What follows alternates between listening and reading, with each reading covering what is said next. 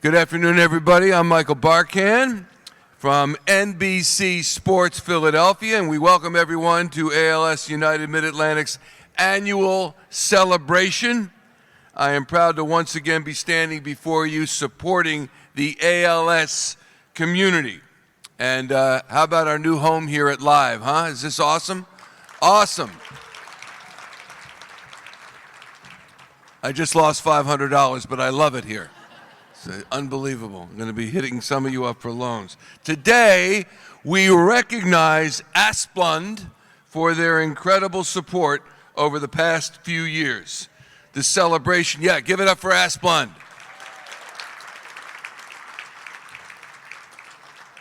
Our celebration this afternoon would be impossible without our many generous sponsors. Thank you to our presenting hero sponsors, Asplundh, the Billy Lake ALS Research Fund. Yes, indeed.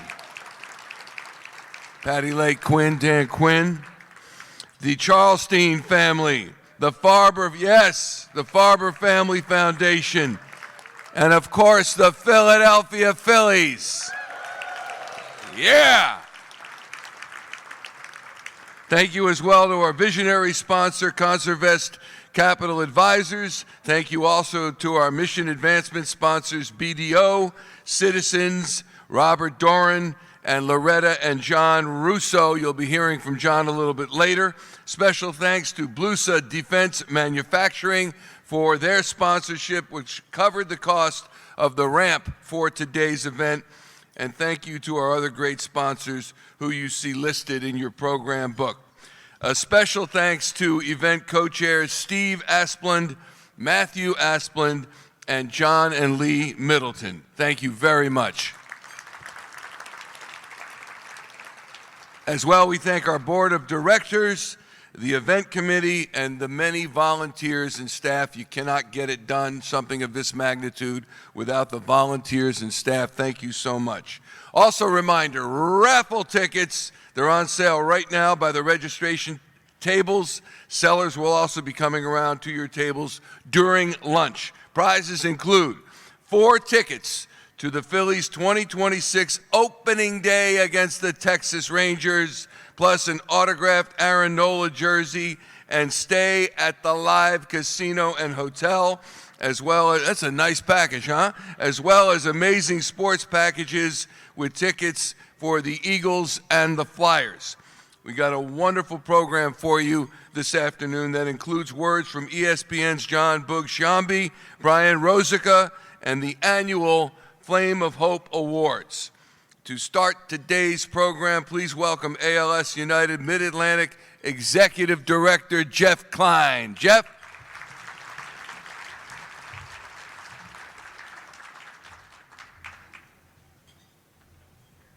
Thank you, Michael.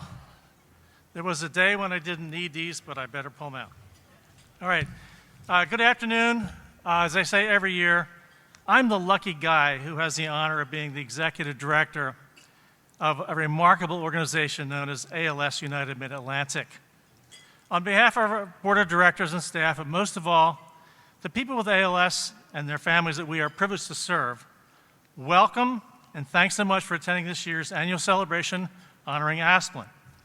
With us today are several ALS United Mid-Atlantic board members. Please raise your hand wherever you're seated to be recognized when I read your name. Board Chair Dan Quinn, Vice Chair Al Slipikoff, Treasurer Jim Pissarro, Board Chair Emeritus Ellen Phillips, Larry Delaney, Bob Doran, Crystal Goodwin, Patty Lake Quinn, and David Ritchie. Give it up for our board members, please.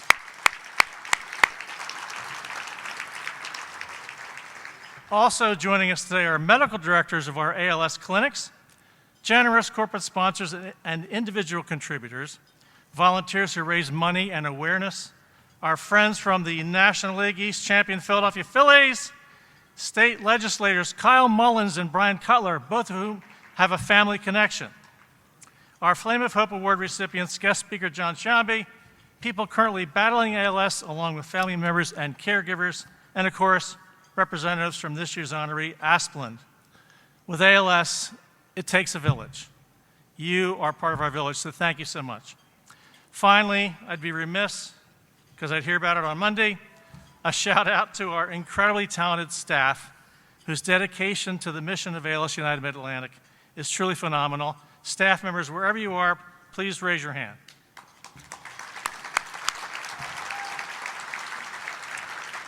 Thank you. So thanks to all of you here today for the valuable role you play in making this organization what it is. So please give yourselves a round of applause.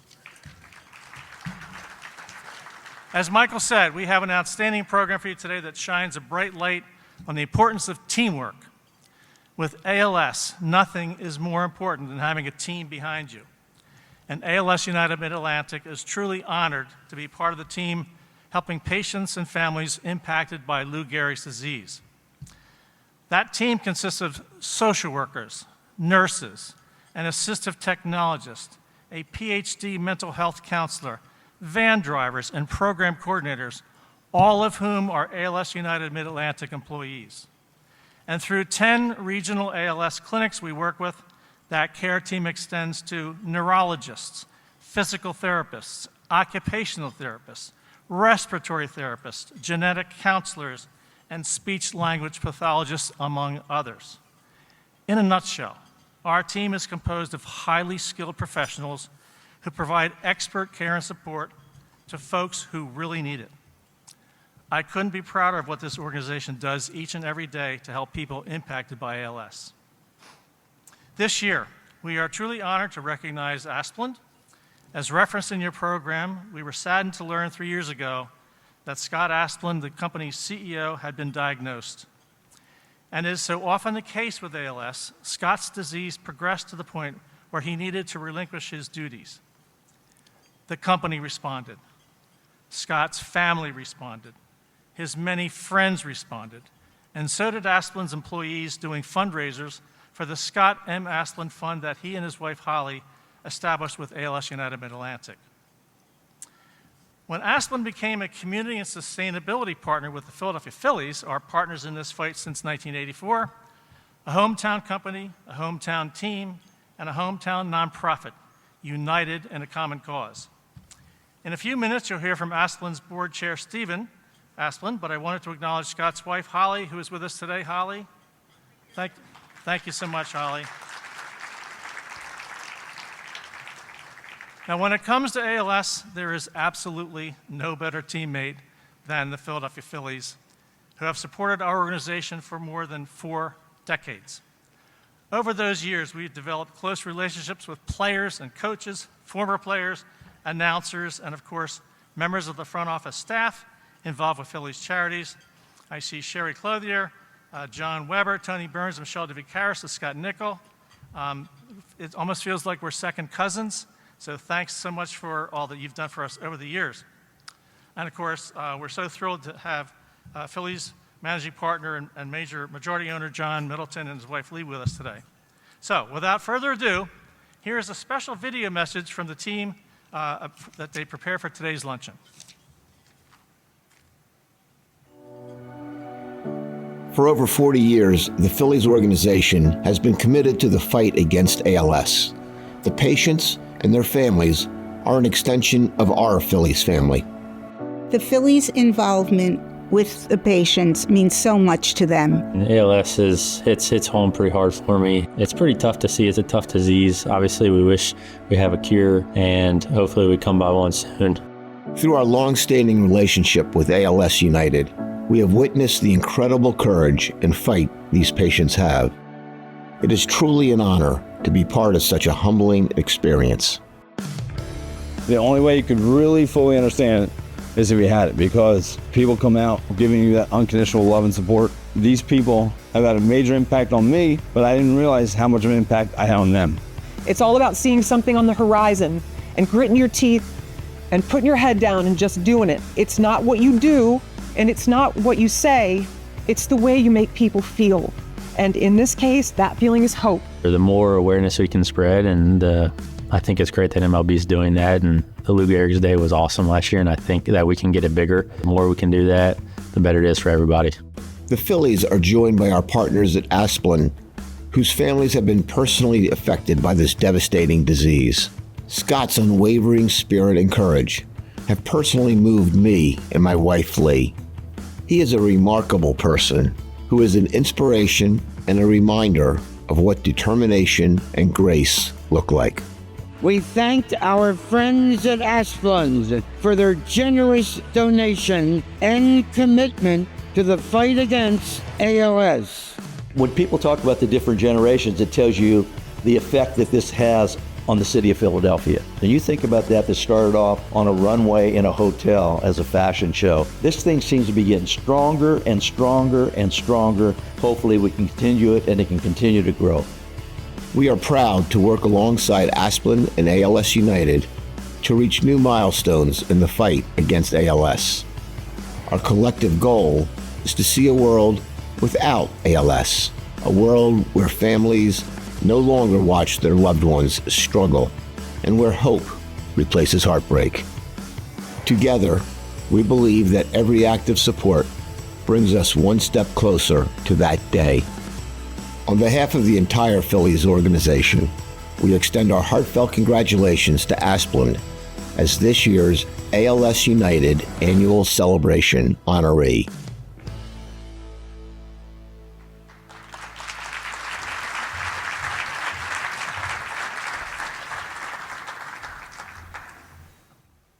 What a video, huh? John Middleton with a voice there. He sounds like the guy who voices over the movie. You know what I mean? In a world where... Like, that's John Middleton. Hear for yourself. Here he is, ladies and gentlemen. Please welcome Philly's managing partner, John Middleton, to the stage.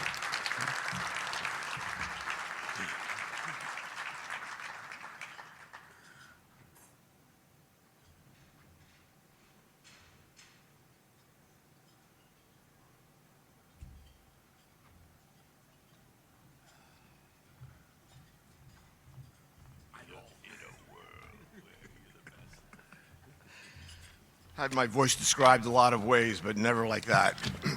But that's the only flattering way my voice has ever been described. Thank you, Michael. As many of you know, the Phillies have been part of the fight against ALS for over 40 years, and we've been able to raise more than $24 million for research and patient resources.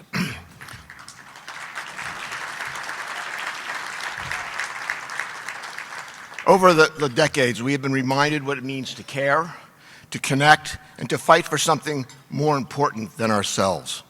From fashion shows to the ALS Festival and now MLB's Lou Gehrig Day, we have worked to raise money and awareness in the hopes that this brings us one step closer to a cure. We are honored to have partners like Asplundh join us in this fight. Today's recognition for their commitment to the cause cannot be overstated. Their family member, Scott, his courage continues to inspire all of us who are fortunate enough to know him. Despite all that this disease has taken from him, he continues to give. Scott gives hope to others by demonstrating his extraordinary resilience, proving that while ALS may weaken the body, it does not diminish the strength of human spirit.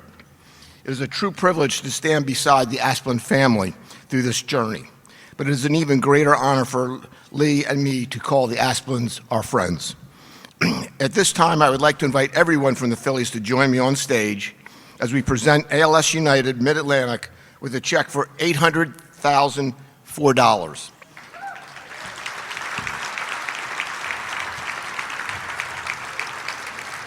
And for those of you who may not know, the $4 is in honor of Lou Gehrig, who wore number 4 for the Yankees. We hope this donation serves as a reminder of our commitment to the patients and families who are battling this disease and our shared hope for a future without ALS.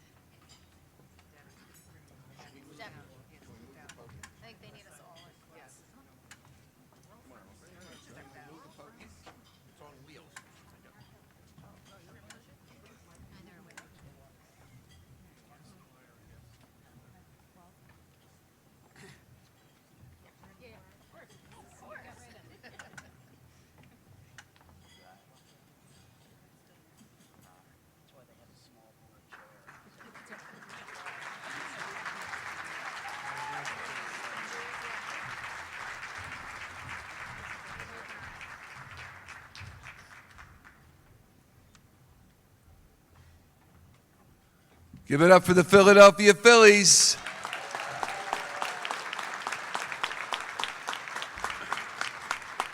The applause would be louder, but everybody's up here. So, I just want you to know it's heartfelt. Want to make sure we give a shout out to members of the Phillies team who are here, including Senior Vice President John Weber, of course, John Middleton, who you heard. Give it up once again for the Fightin' Phils.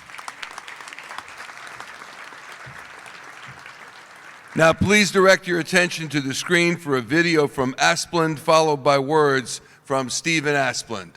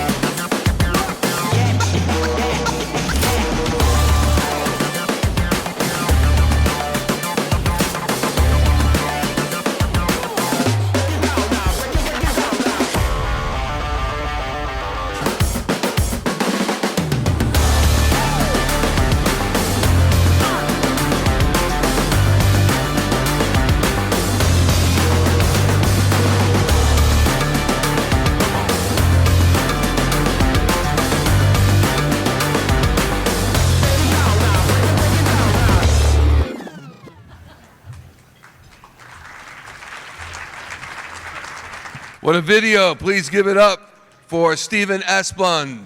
Steve.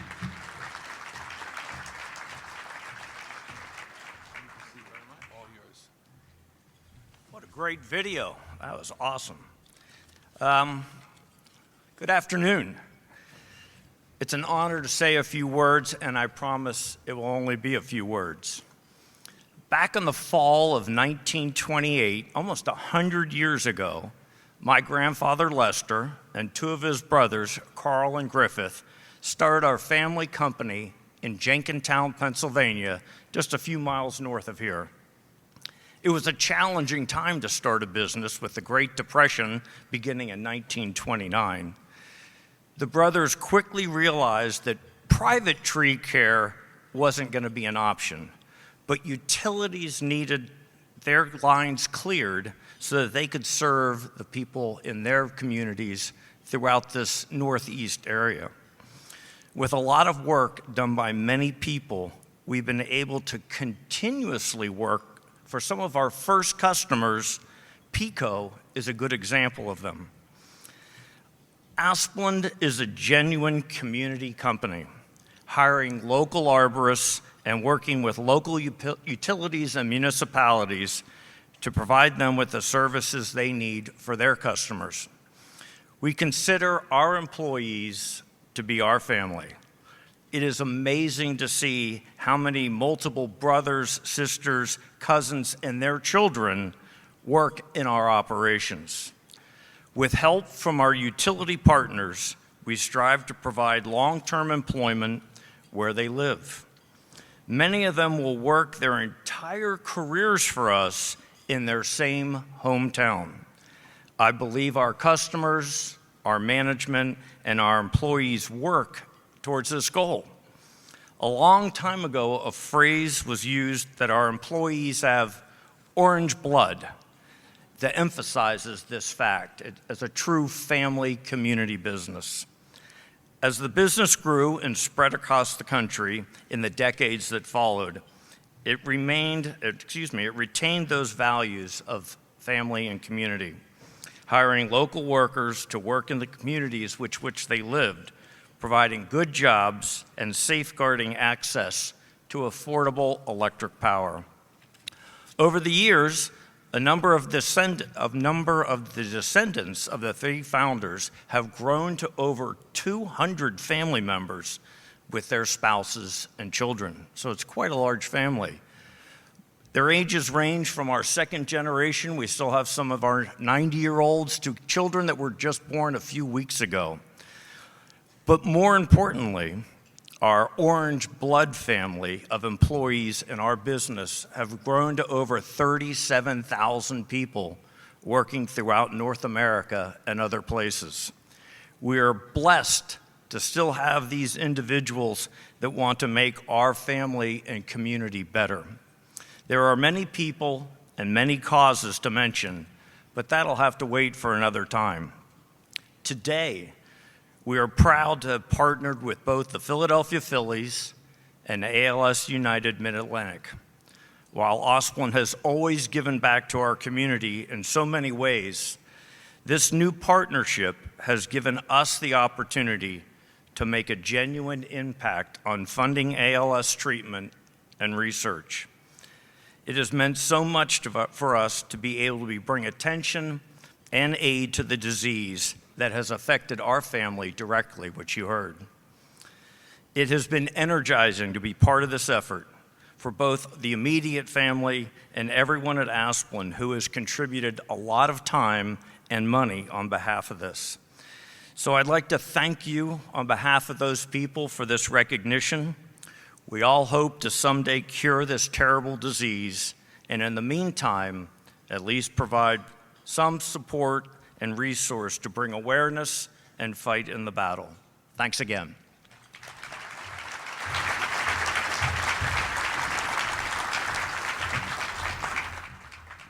Thank you so much, Stephen. So glad that you are with us today. As you have heard, over the last 2 years, the Phillies and Asplundh have raised more than $1.5 million for the ALS cause. That money supports programs that benefit local ALS families. Here to talk about what that means for ALS patients and families, please welcome Brian Rosica and his wife, Lisa. Brian and Lisa.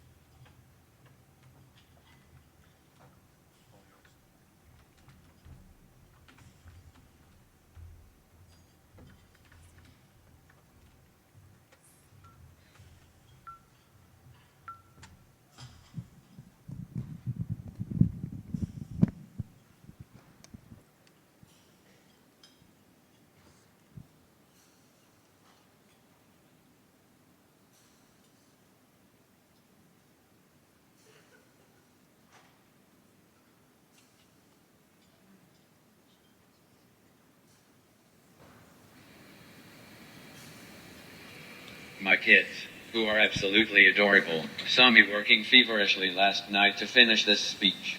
They could tell I was a little stressed and trying hard to stay calm as I worked to get my thoughts organized. So in an effort to settle my nerves and boost my confidence, they knew exactly what to say. God bless their little souls. It was just one simple, soothing little sentence. They said, "Dad, you've had like a couple months to prepare for this, so people are probably expecting you to totally crush this."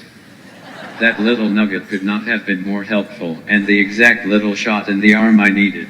My kids always have their dad's back. I have a confession to make. My son Brandon escorted me down to today's event, and we almost arrived late because we got pulled over for speeding. I'm pretty embarrassed about it, so I would appreciate it if we keep this within our little group right here. My wife has one of those little dashboard cameras and actually caught a few seconds of footage.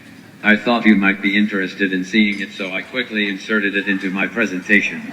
Again, please keep this tight.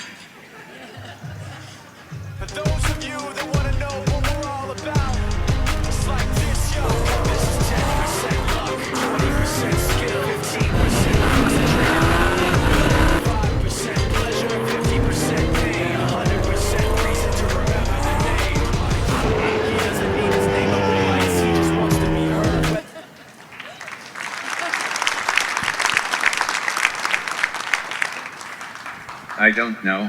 Looking at it from that angle, maybe we were going a little too fast. Hi everyone. My name is Brian Rosica, and it is an absolute privilege to be here with you today.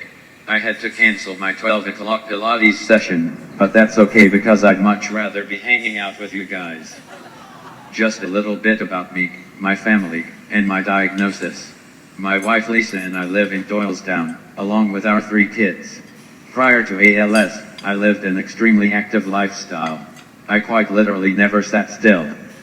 And then 5 years ago, when I was 48 years old, I began to have weakness in my tongue, causing me to slur my speech. My kids were 14, 18, and 20 at the time when I came home from the doctor's office and had to tell them their dad had ALS. At the time, I was an elementary school teacher and guidance counselor, and Lisa was a 5th grade school teacher. And I know this sounds weird, but I've had 5 years to process, debate with God, and maybe even make a little peace with my diagnosis. And if you're able to step back from the emotional aspect of ALS and look at the science behind the disease, and the amazing assistive technology available to people like me, it's really quite fascinating. So like it or not, for the next 3 minutes you're going to be a student in Mr. Rosica's school classroom learning about what it's like living with ALS. Boys and girls, believe it or not, there are over 7 trillion nerves in the human body. You can think of nerves as your body's electrical wiring.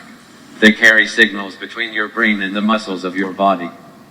So when you want to pick up the remote control and chuck it at the TV because Kyle Schwarber just freaking struck out again, an electrical signal travels very quickly from your brain, through the nerves, and out to your hand muscles, causing your hand to reach for and pick up the TV remote.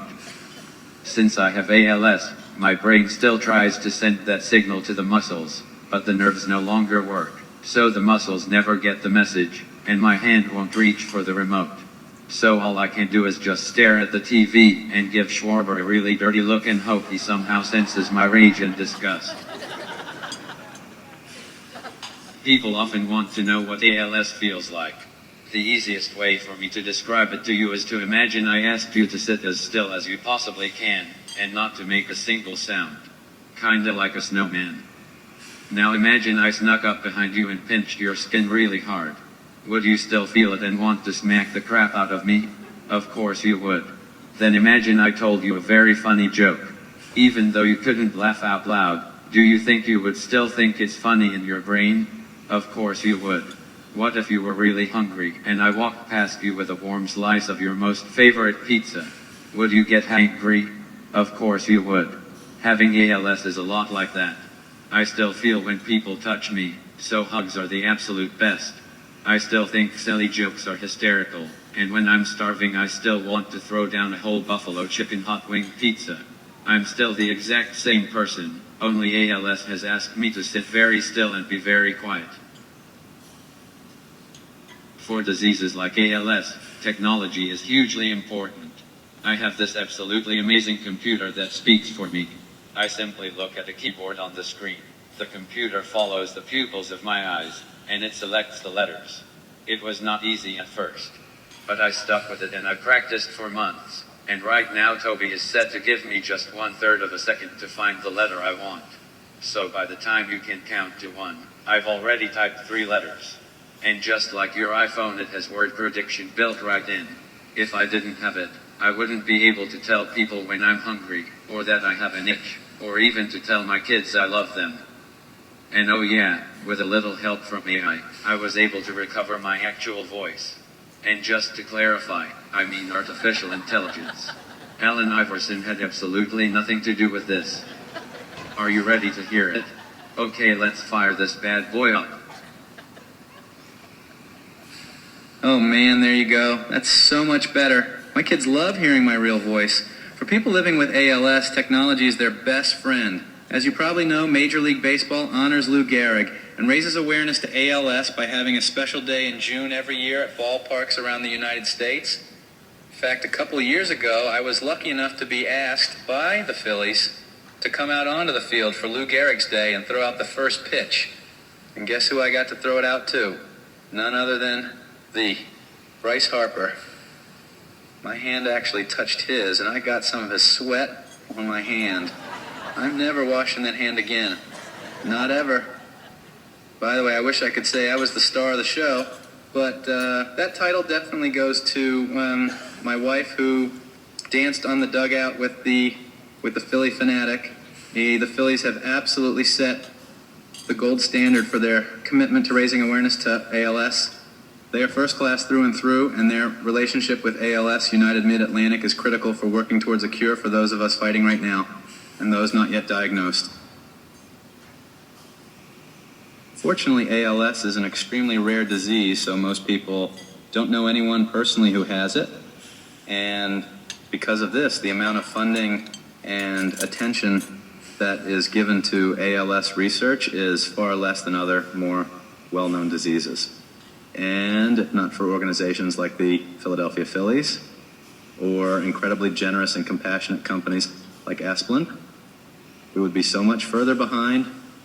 And to all of you in attendance, the best way to support ongoing research is by doing exactly what you are doing today, taking the time to learn about it so you can educate others. When you do, people are more likely to get involved by advocating for Congress to fully fund ALS research, donating to ALS programs, or just getting involved in their own special way. And finally, ALS has led me to discover the incredible beauty and power of human compassion and connection. Which one of you gathered here today is a testament to that.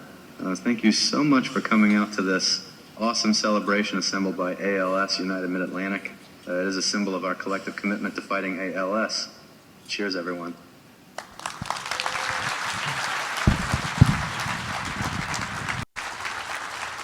Brian, that was awesome. Lisa, that was awesome. Brian and Lisa Rosica, that was awesome.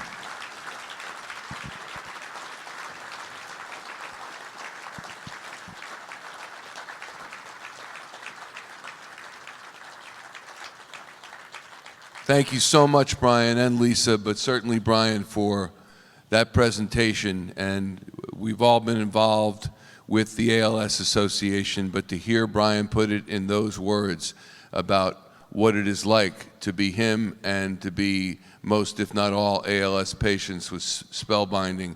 And I don't know about you, but the moment I heard his real voice, oof, my goodness.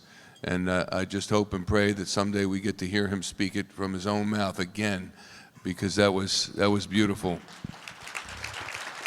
Wow. Everyone in this room plays a vital role in enabling ALS United to provide quality care programs. There are still a few minutes left to get your raffle tickets. Please look for raffle sellers throughout the room. Also, remember to share any photos you take today and tag us on social media at ALS Mid-Atlantic, at ALS Mid-Atlantic. In a few minutes, we'll reveal the raffle winners and then show the 2025 Flame of Hope Awards. Meantime, lunch is served. Enjoy.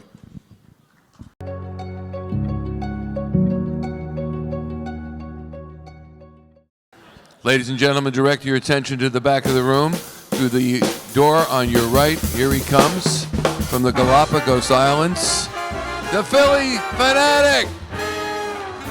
Here he is, the greatest mascot in sport.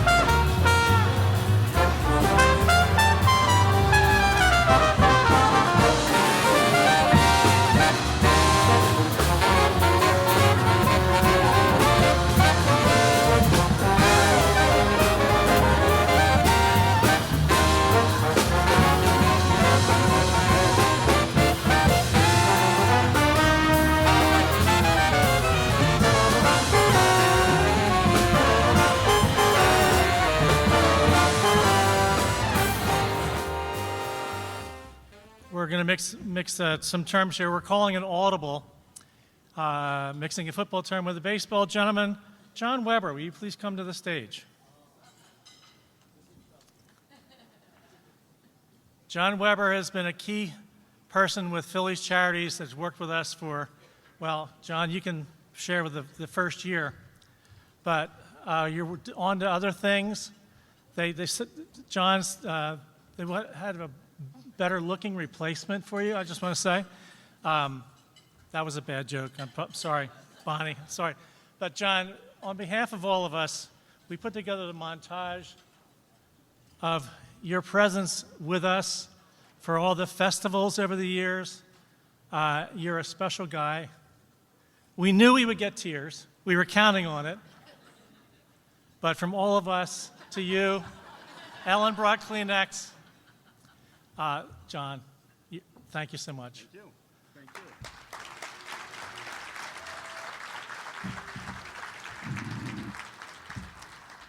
We've been working with the Phillies, as you heard, for 40 plus years. Feels like 4.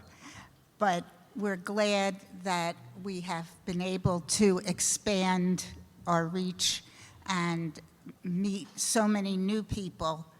And John is a wonderful man. Where'd he go? He left already? There you are. Okay. Sometimes I aggravate John, and I take it in stride. John's a very bright man, and I'm not so bright lady, and occasionally we meet in the middle. But this has been a wonderful relationship, and obviously with John Middleton, things have gone very, very well. We're delighted to be the Phillies Charities. I think many people have said that, and it's just fantastic to be able to walk up to someone who I've just met, and they want to know more about what we're doing. And when I say we work with the Phillies, they say, "You do?" And then, of course, everybody wants Schwarber's, his signature. And we try to tell them that we can't do that. But that's all right. That's all right. And John Middleton, you've been a tremendous ally, and we really appreciate everything. And thank you to everybody who came today. You're never a stranger. We really need your support, and we will beat this disease. We will. I've been to meetings where we had 10 people years ago, so we've come a long way, and thank you for helping us. And taking over Phillies Charities is Bonnie Clark. Bonnie, do you stand? So we're going to be doing lots with Bonnie. So thank you to the Phillies. Thanks to Asplundh. I think we're back to Michael. Thanks, everybody.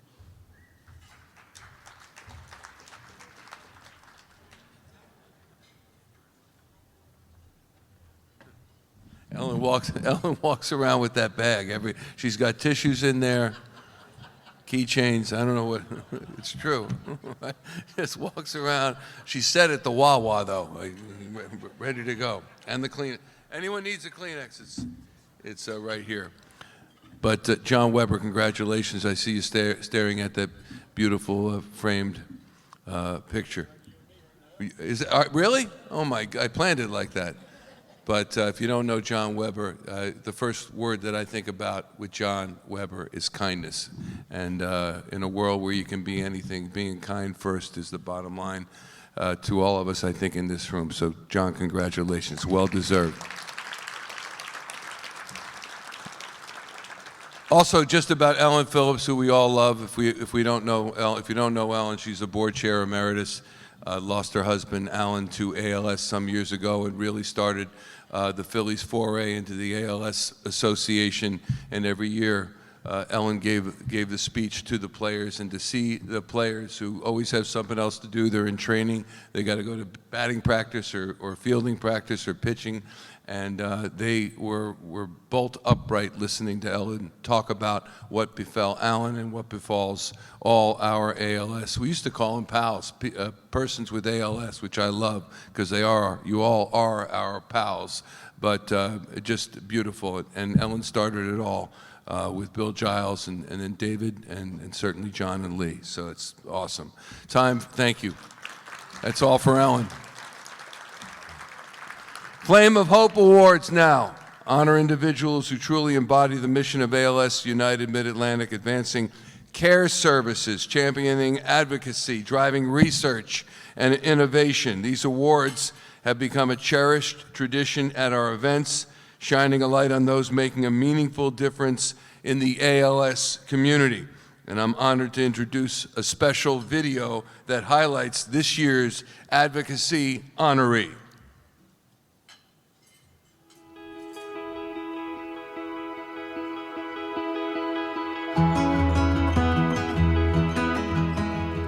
Gary has been a volunteer with us at ALS United Mid-Atlantic since God was a kid. Gary has established a name fund, he's a community ambassador, he's a visiting volunteer, and he attends so many of our events. He's always ready to do whatever it takes, and Paula is always first on his mind.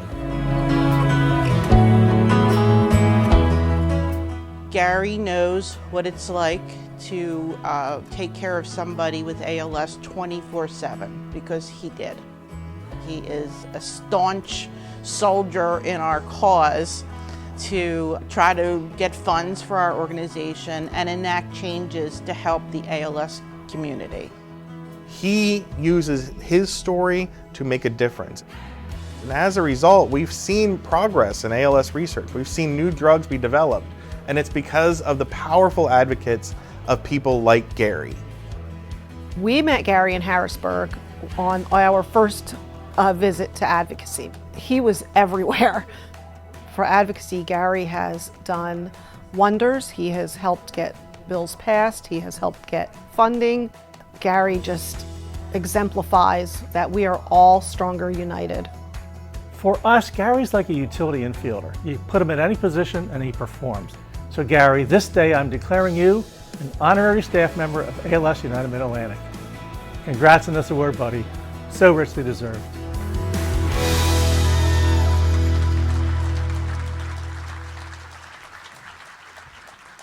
To present the Flame of Hope Award in ALS Advocacy to Gary Goldstein, please welcome John and Loretta Russo to the stage. He's my favorite New York Giants fan. I thought I was watching Mario Kart, for goodness sakes. Son of a gun, John. And they will, after the awards, will be presented by Steve Spalding and Debbie Schlossberg, and then by Stacy and Dan Farber.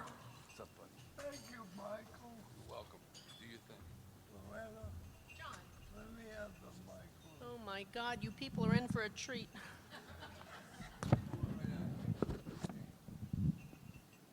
Big mistake asking me to get on stage.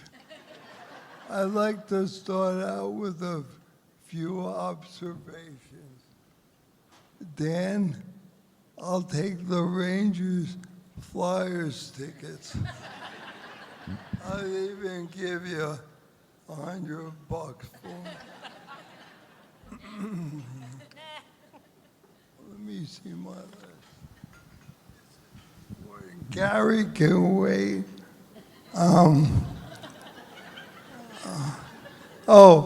As the great Michael Barkan said earlier, this is a really nice venue. I too dropped 500 in the casino on my way over here. So maybe next year, have the directions point to the hotel and not the casino. And finally, John Middleton, the ramp over there is for the people in wheelchairs. The stairs are to my right.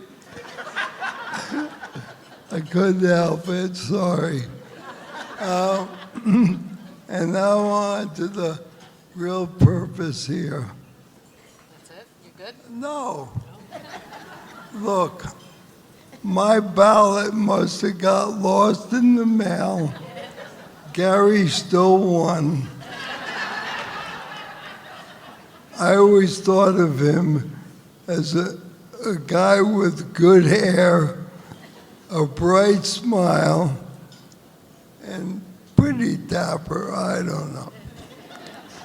I prepared some comments that Loretta will read.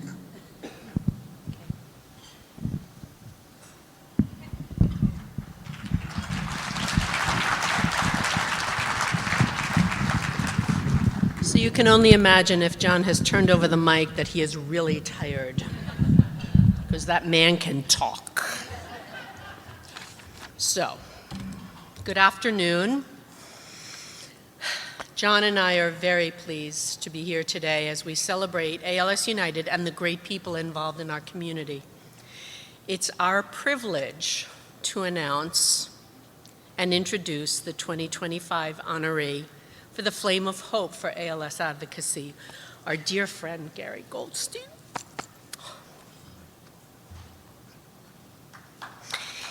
Gary is a very special person.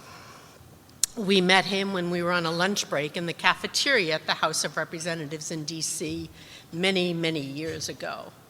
We felt his sincerity and warmth the moment he approached us, and Gary has been a consistent participant in supporting the ALS community. And in some of the ways he has done this, he's helped people along the journey as a visiting volunteer. He's served as a community ambassador. He's ensured that patient and caregiver needs are met as a member of the Care Services Committee. And he's an ever-present figure working at walks, fundraising events, functions to welcome patients and families, and helping to ensure they're comfortable and supported.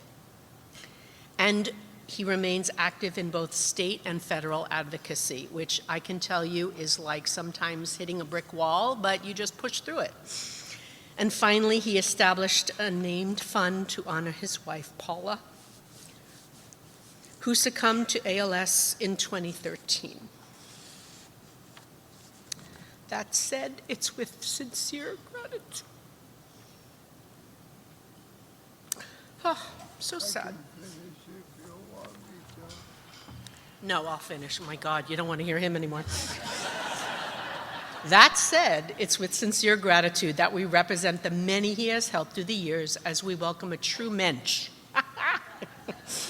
to the stage to accept the 2025 Flame of Hope for Advocacy.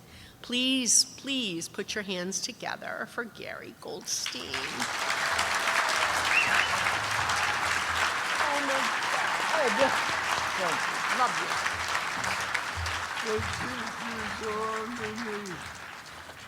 You need a tissue? I got. It's right here for you for the moment. It'll inspire you. Thank you. This isn't going to be easy. Thank you, John and Loretta. I know, John, that last section, Loretta wrote all that, because that was far too many nice words for you to say about anybody, let alone me. I lie a lot. Yeah, you do. Okay, you lie a lot. Being introduced by John and Loretta really means a lot to me, because I've known them both, like they said, for over 10 years. We met in Washington at the cafeteria, and we've remained friends since. They're also previous recipients of the Flame of Hope Award. And anytime you get a chance to follow in their footsteps, or should I say, tire tracks, it makes it all that more special. So thank you very much. Thank you for the kind words. I'd like to thank ALS United Mid-Atlantic for selecting me for one of this year's Flame of Hope Award, as one of Flame of Hope Award recipients. But instead, I want to take this opportunity to thank them for something far more important. I want to thank them for what they do every day for the patients and families that are battling ALS. I'm not sure they realize the impact they make and the value that they provide. And I know this because I've been on both sides of this fight. My wife Paula was diagnosed with ALS in 2010, and I was by her side as she battled it courageously for 3.5 years. I don't think we could have handled our fight as well as we did without the help and the support we received from these wonderful folks, some of whom you see on stage and many more scattered throughout this room. When Paula passed in 2013, I knew I wanted to thank the folks at ALS United and pay them back for what they did for us. It was then that I decided I wanted to be part of this family. And I specifically used the word family because that's the way Paula always talked about them. She would talk about her ALS family, her second family.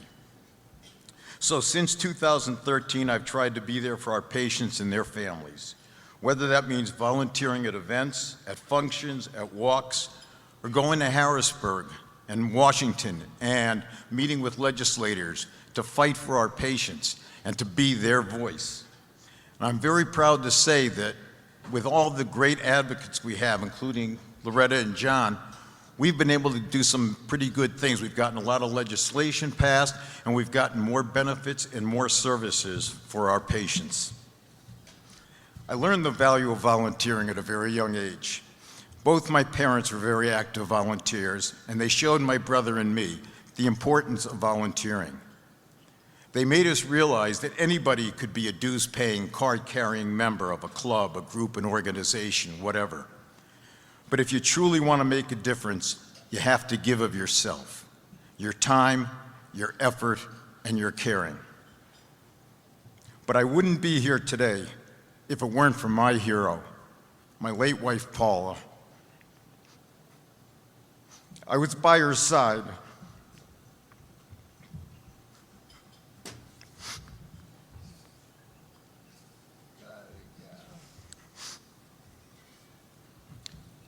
I was by her side when all I could do was watch as this disease attacked her body. And through it all, her biggest concern was always, what could she do? What more information could she give people? What could she do to make sure that other people didn't have to go through what she was going through? Whether that meant completing surveys, participating in studies, or participating in clinical trials. And it all culminated with her donating her brain and spinal cord to ALS research in hopes that they can finally find a cure for this disease. And all through her battle, she would say to me, when my time comes and I'm no longer here, I want you to stay connected to ALS United and to continue to help other patients and their families. So it is for that very reason that I am so active with ALS United today. So while I thank ALS United Mid-Atlantic for recognizing me with the Flame of Hope Award, this award really belongs to you, Paul. I'll keep it on our mantle for you, and hopefully I'll remember once in a while to dust it. Thank you very much.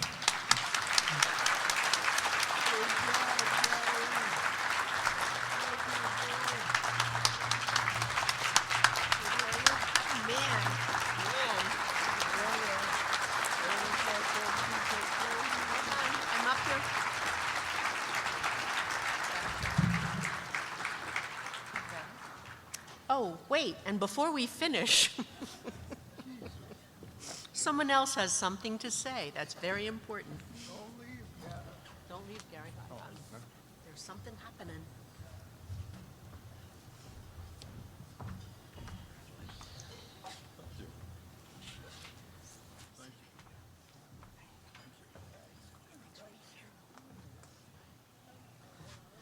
Sorry to interrupt the normal program here. Tony asked us to be very brief. For those of you who I don't know in the room, I'm State Representative Brian Cutler, and this is State Representative Kyle Mullins.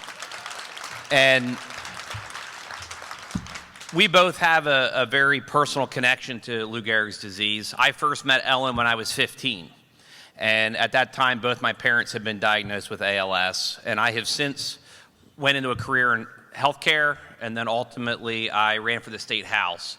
And we've advocated for some time. So Gary and Paula were regular stops in my office for a very long time.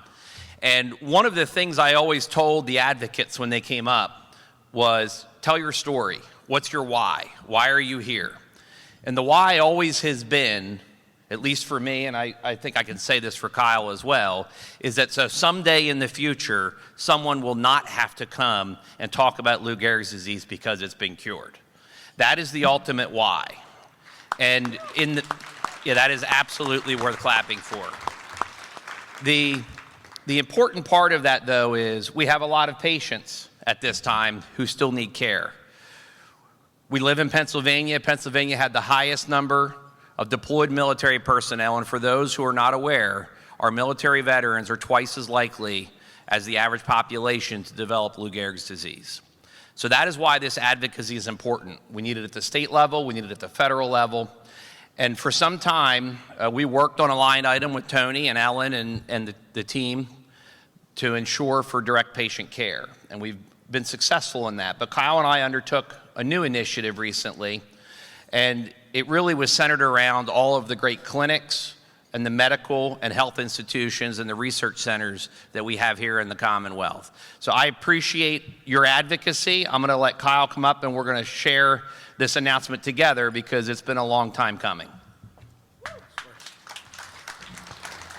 Hi everybody, it's good to be back and see so many familiar faces. And I really appreciate my friend Brian Cutler, who helped guide me as I accepted my dad's diagnosis. You know, I ran for office in 2018 with, you know, the goal and idea that I think anyone should run for office with, and that's trying to help people, trying to make your community better when you stop than when you started. But like so many of you know, life has a funny way of intervening and showing you your why, as Representative Cutler just mentioned. A few months into my first term, we noticed a worsening slur in my father's speech. We were actually in Ireland, and it wasn't the kind of slur you would think while you're enjoying Ireland. And just a few miles from here, a few months later, we sat shell-shocked as his neurologist shared that, yes, you have ALS. And Representative Cutler was the floor leader of the Pennsylvania House at the time, and I was just a freshman legislator, and I went up to him and I told him what was going on in my life. And he's been part of my support system and a friend and fellow advocate ever since. And that'll mean so much to me for the rest of my life. Thank you, Bram.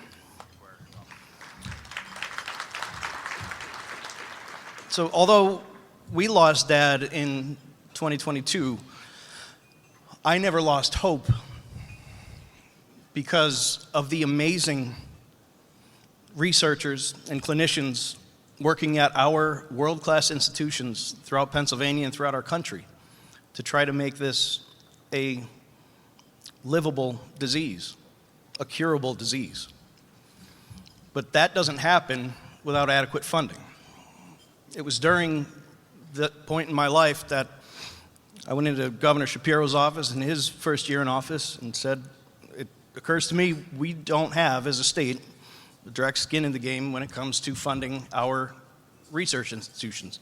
And he said, I think that's a great idea, why don't you get to work on it? And ladies and gentlemen, a couple years later, and a whole lot of hard work, we're proud to share that just 2 days ago, we passed a state budget that includes, for the first time ever, a $5 million appropriation for neurodegenerative research here in the state of Pennsylvania.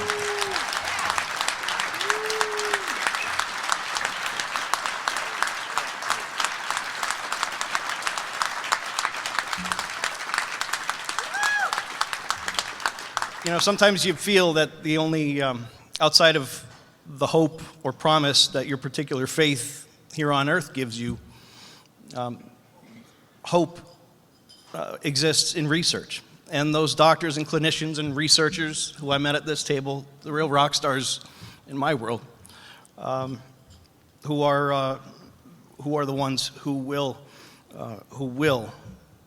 realize that we are just one funding stream, one grant, one clinical trial away from that breakthrough to make this a livable, cured disease. Thank you all for being part of this effort and this club. Thank you.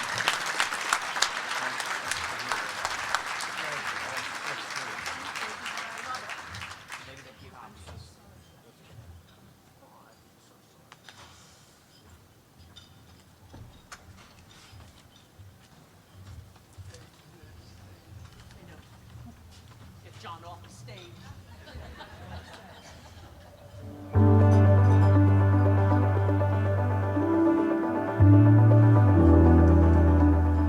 Social workers are unsung heroes in my mind, and because they do so much.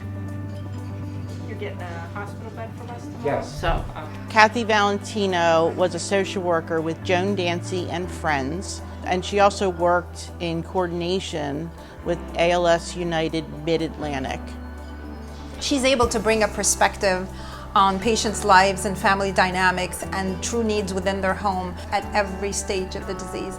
And the impact she had on our team and the kind of care we deliver to ALS patients is absolutely profound.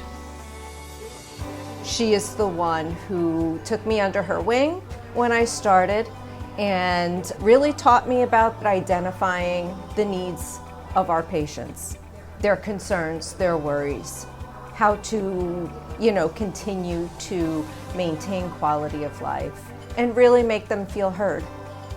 She exudes warmth, just the feeling that you gave us. We felt like a family. You are just like our angel.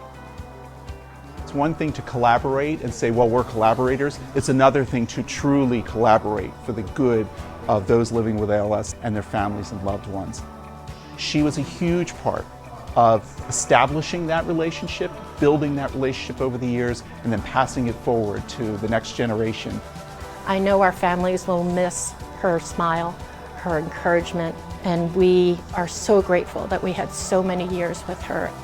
Congratulations on your Flame of Hope Award in Care Services. It's so well deserved.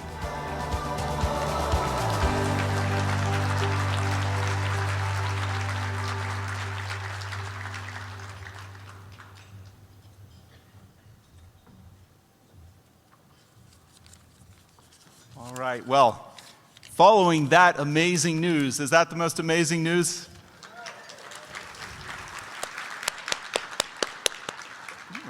Debbie? So I just want to start off by just introducing myself for those who may not know me, and Debbie, who's come down from New York to join us here. Debbie and I have the privilege of leading care services for ALS United Mid-Atlantic and ALS United Greater New York. We both work with Dancy and Kathy, so that's why Debbie made the trip down here, and we appreciate it.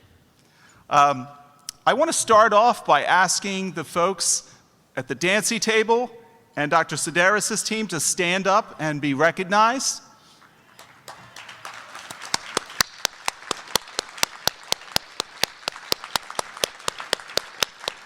Thank you for joining us. We appreciate that.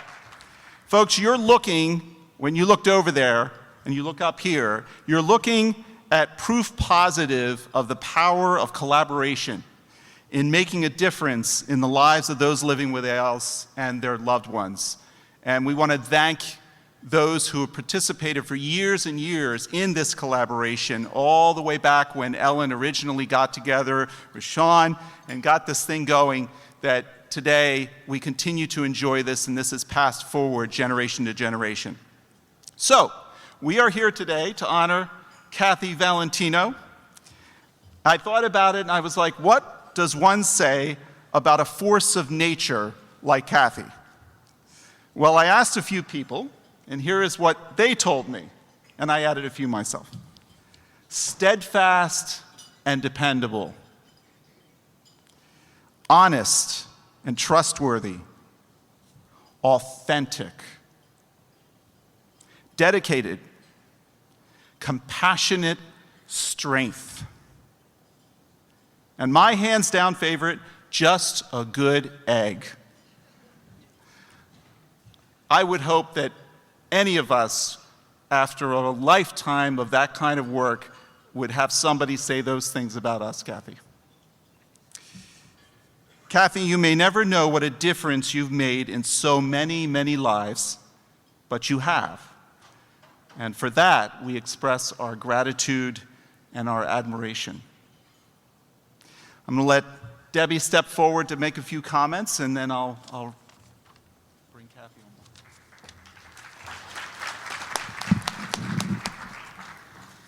Social worker to social worker. In the very early years when you were with Joan Dancy and we used to talk, we at least thought, apologies to anybody in the room who might see it differently, but we thought we were the only two ALS exclusive social workers in the state of New Jersey. And as a result, our conversations and our discussions became a very, very deep collaboration, and one that became very important to me. And it grew to a friendship. You were appropriately deferential when you first came on board, because I was already there, but it wasn't too long before I began to learn from you, and to learn from you, and to learn even more from you. From what's already been mentioned, your very obvious professionalism and deeply honed skills, and your grace under pressure, your grace in difficult situations.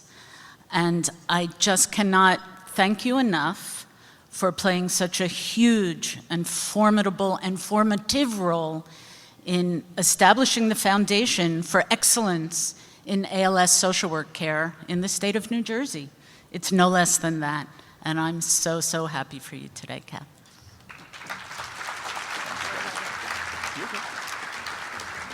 All right, and so now it is our privilege to present to Kathy Valentino this year's Flame of Hope Award for Care Services. To a person who deserves this, here you go. To you, Kathy.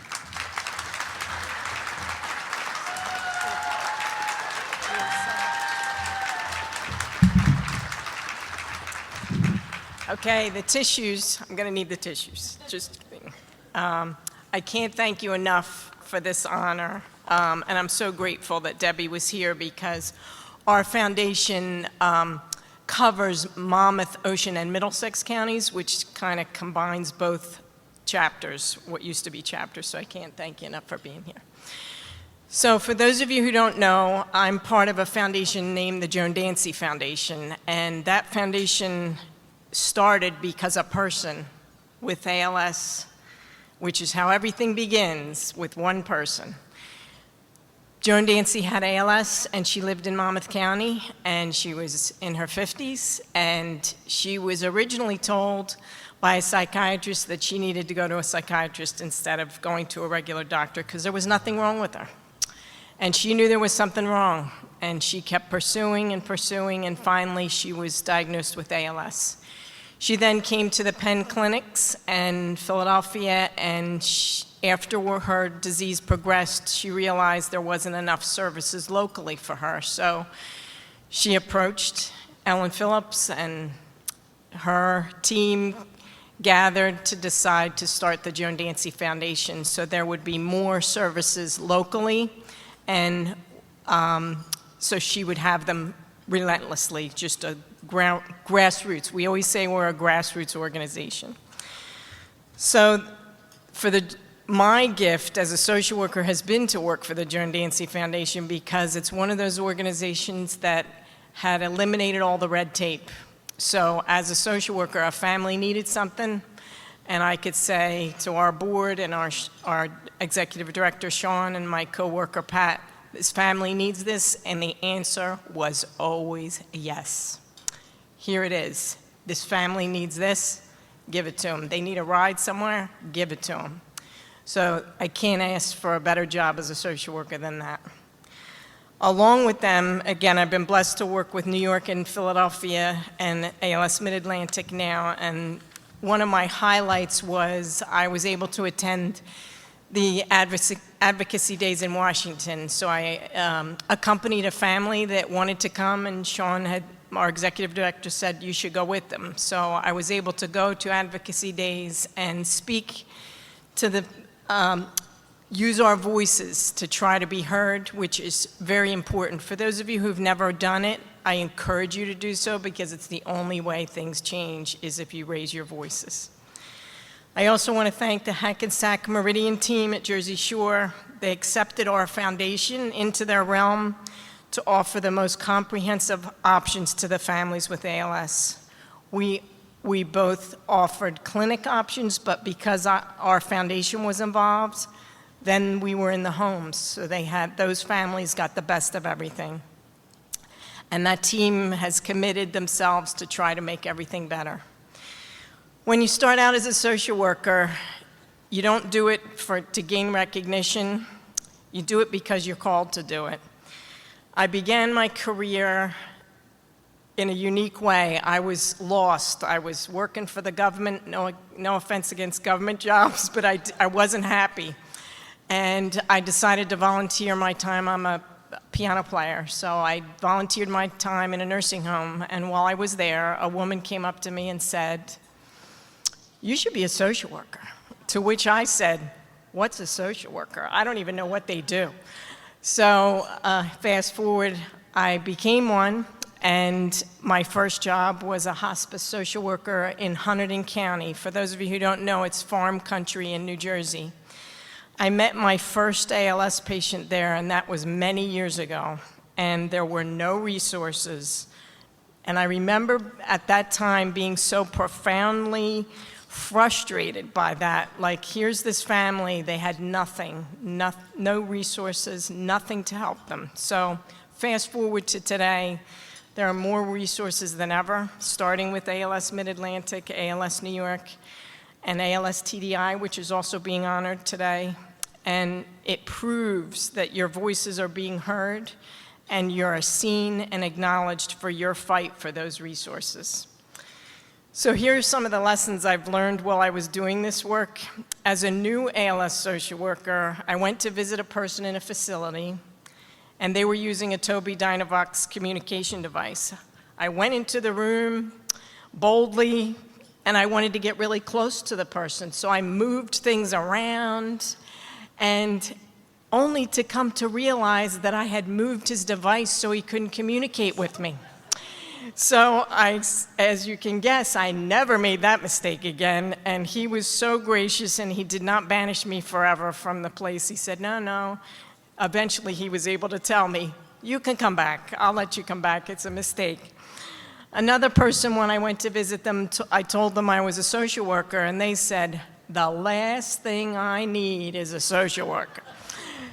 And I thought, oh boy, I'm in trouble now. And so luckily, I sat down and said, "Well, you may not need me, but how about I talk to your family? Because they're in this with you, and you may not need me, and I don't care if you never need me, but your family might." So sooner or later, I won them over, and they all understood the value of social workers. Although I am receiving this award, I remain humbled by this honor. No one of us in this room is an expert.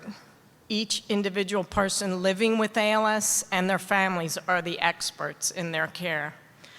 I was fortunate to be able to be beside them, hoping to be of help when asked or called upon, to cry with them, to laugh with them, but mostly just to be fully present in their moment. I tried to make all of those ALS families my priority. I also want to thank my own family. I'm the youngest of 5 girls, and my parents were of the greatest generation. My father served in World War II, and my mother was a code breaker during World War II. They raised all of us girls to be generous and kind and to think of others before ourselves. My sisters and my own immediate family have been with me every day to encourage me to keep going and to support me in helping others. While I thank you for this wonderful honor, I really thank all of the ALS families with their willingness to let me and our foundation and all of us who do this work as social workers and nurses. You let us into your homes and hearts to be with you all the way through this. It's truly been a privilege. For me, my faith has always been my guiding force in this work and life we all try to live. I'd like to end not with music coming and saying, get her off, get her off. I'm glad that didn't happen. But I'd like to end by quoting St. Francis of Assisi. Start by doing what's necessary, then do what's possible. Suddenly, you're doing the impossible. Although there are days your life seems impossible and it seems that no hope is in sight for a cure, look around this room and see how many amazing people there are besides yourselves trying to do just that. Who knows what can be in the future of ALS with the power of all of you in this room. Thank you again. This means the world to me.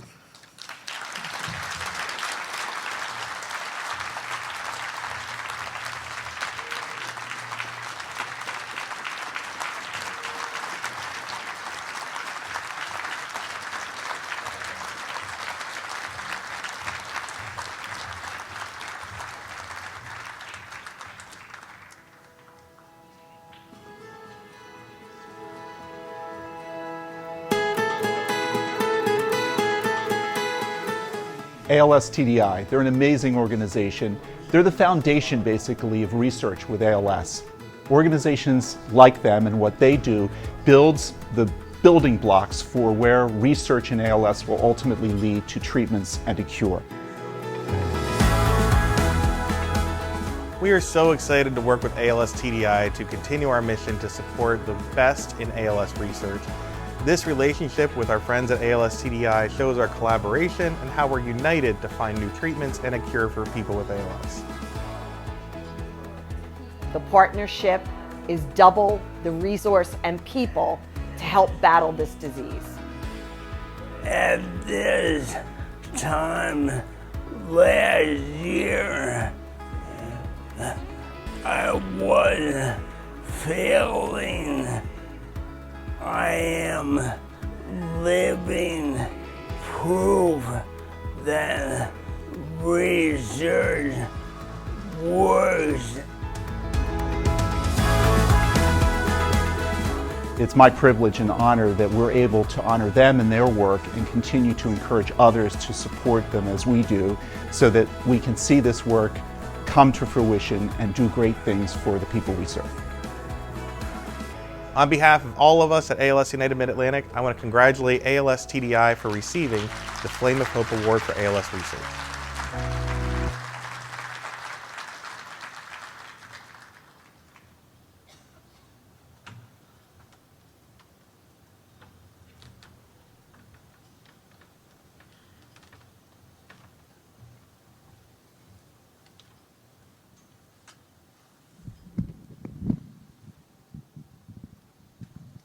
Good afternoon.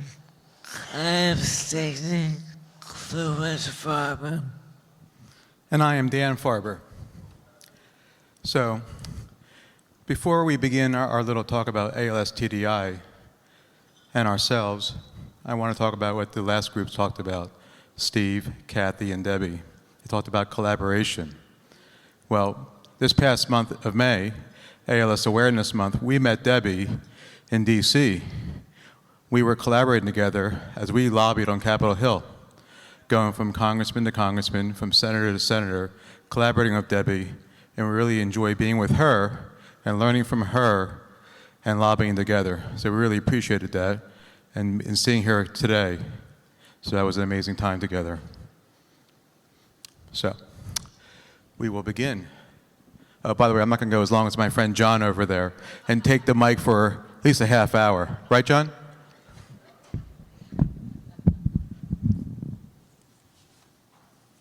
So Stacy wrote me a little speech. See, it's very little. So, we are honored to present the Flame of Hope Award for Research and Innovation to this year's very deserving recipient, ALS TDI. When we were first diagnosed with ALS in 2021, we happened to be in Boston and reached out to ALS TDI for a tour of their facility. I highly recommend, we highly recommend if you're ever in Boston visiting their facility. It is quite amazing. We were warmly welcomed and we were truly blown away by their labs, their dedication, and the groundbreaking work they are doing. As both a physician, my wife, and a patient, Stacy understands how essential collaboration between scientists and patients is in the fight to end ALS. And ALS-TDI excels at this. Stacy is also a member of the ALS United Mid-Atlantic Research Committee. And together, we are proud, along with our sons, Zachary and Ethan, to support ALS-TDI in their mission. Congratulations to ALS-TDI, a shining flame of hope for all of us. Thank you.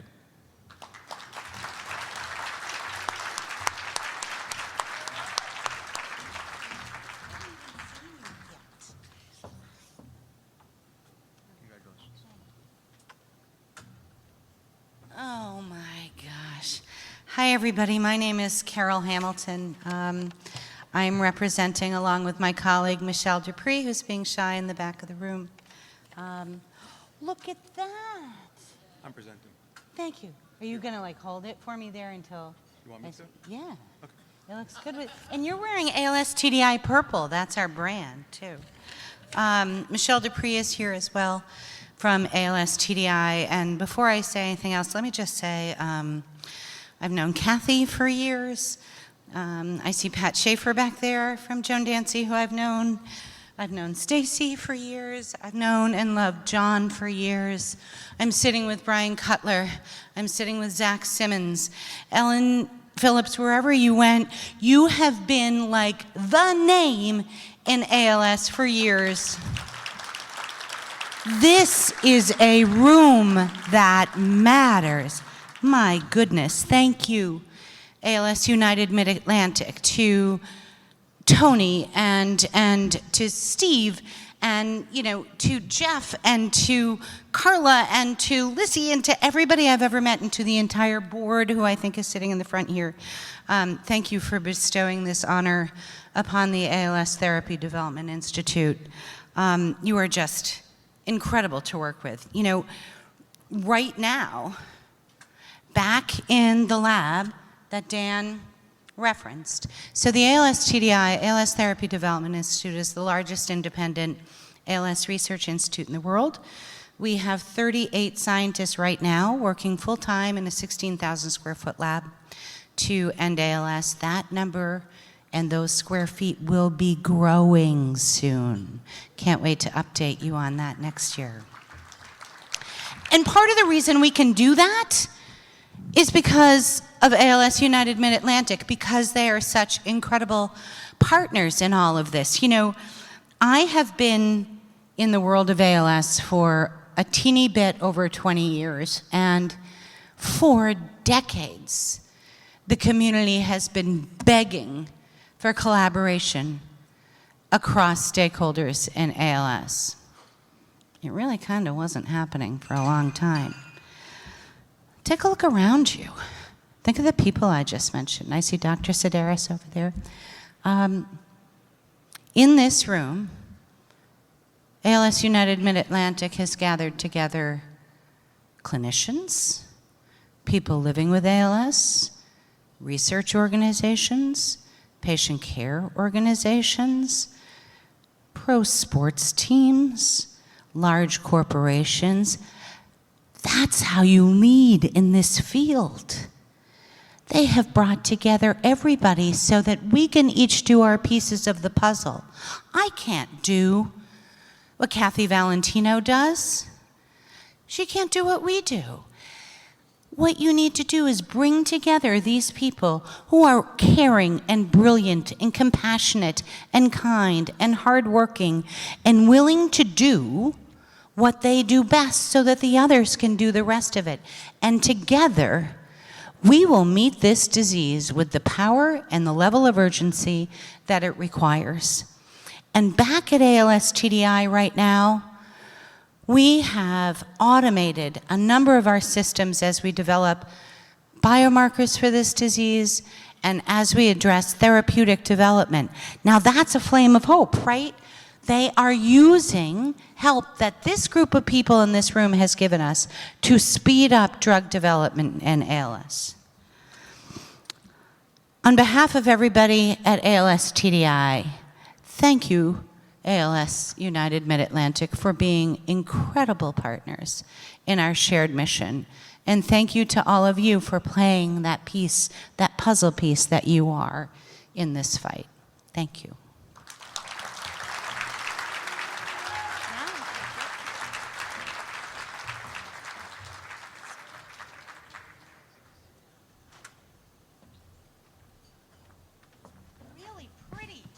Isn't that nice? It's beautiful. Congratulations, Carol, and ALS TDI, and Michelle as well, and thank you. And thanks again, and congratulations to Gary and Kathy for your incredible dedication. Your efforts leave an indelible mark, and the seeds you've planted will continue to grow and inspire for generations to come as we work to end ALS. And I would invite you to take a moment today to reflect on the countless individuals in this room who have dedicated years of their lives to advancing ALS care, advocacy, and research. Your commitment has made and continues to make a profound difference.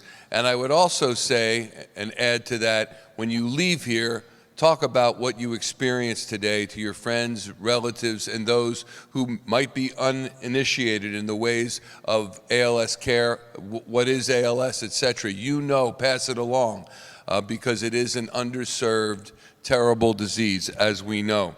I also want to welcome, I neglected to point out, the great Tim Kirkjian from ESPN and his son Jeff. Tim, give a wave. There you go. He will actually be at a dinner like this tomorrow. Is it in D.C.? Talking to our very own Aaron Nola, who we know of his involvement with ALS. Now, please welcome Tony Heil, ALS United Mid-Atlantic's Director of Communications and Public Policy. Tony.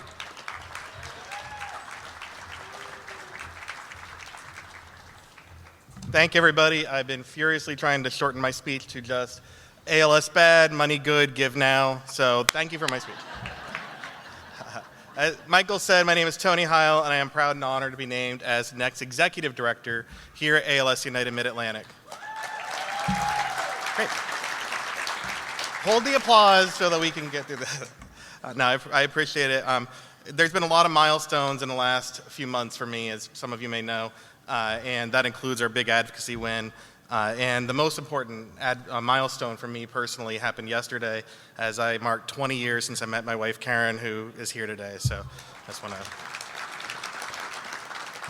So I started here in 2011 to lead our awareness and advocacy efforts because ALS has impacted my family. And if you've seen me at this event in the past, you may have seen me helping with the raffle, or maybe sneaking a dessert or two.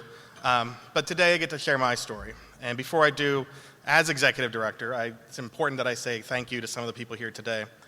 When I first joined ALS United Mid-Atlantic, my friends said, ALS, that's what the Phillies do, right? And I knew that the Phillies supported the ALS cause, but I don't think any Phillies fan can appreciate just how deeply personal it is to everyone at the Phillies family. It's not just something they do, and we thank you so much for standing by us for over 40 years. And I also want to thank our honorees Asplundh for all they've done to support our mission over the past few years.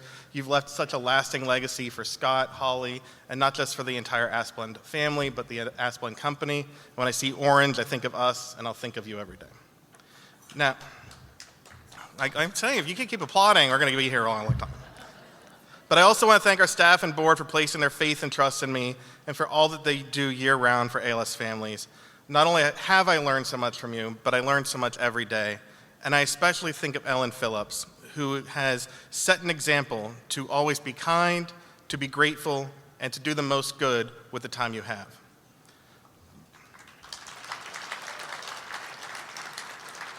Now, lastly, I have to share my personal thanks to Jeff Klein, who accepted the monumental task of leading ALS United Mid-Atlantic during some of the most challenging moments of our entire history.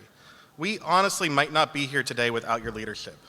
And I know I can't match you on the golf course because I have no hand-eye coordination, but I'll try to follow the example you've set for all of us, and thank you, Jeff.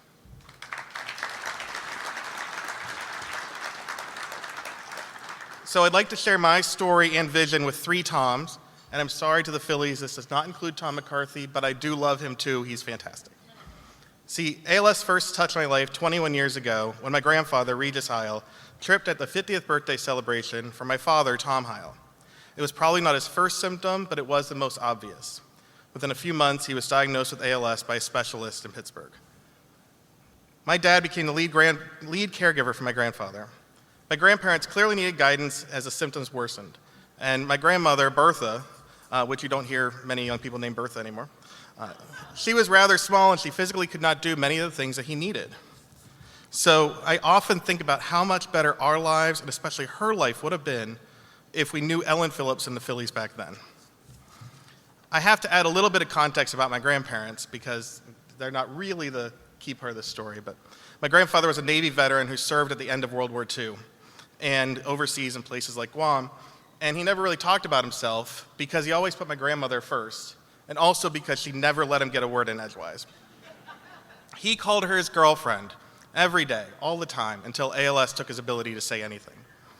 And later, after she passed away, we found the love letters that they had written each other while he was serving overseas. Now, like most every ALS caregiver here, my dad had no experience with ALS and didn't know what to do. My dad took my grandfather to appointments, checked up daily, followed up on medication, and made his home more comfortable until he had to move into a nursing home. Then he visited my grandfather nearly every day until he passed away from ALS in 2007.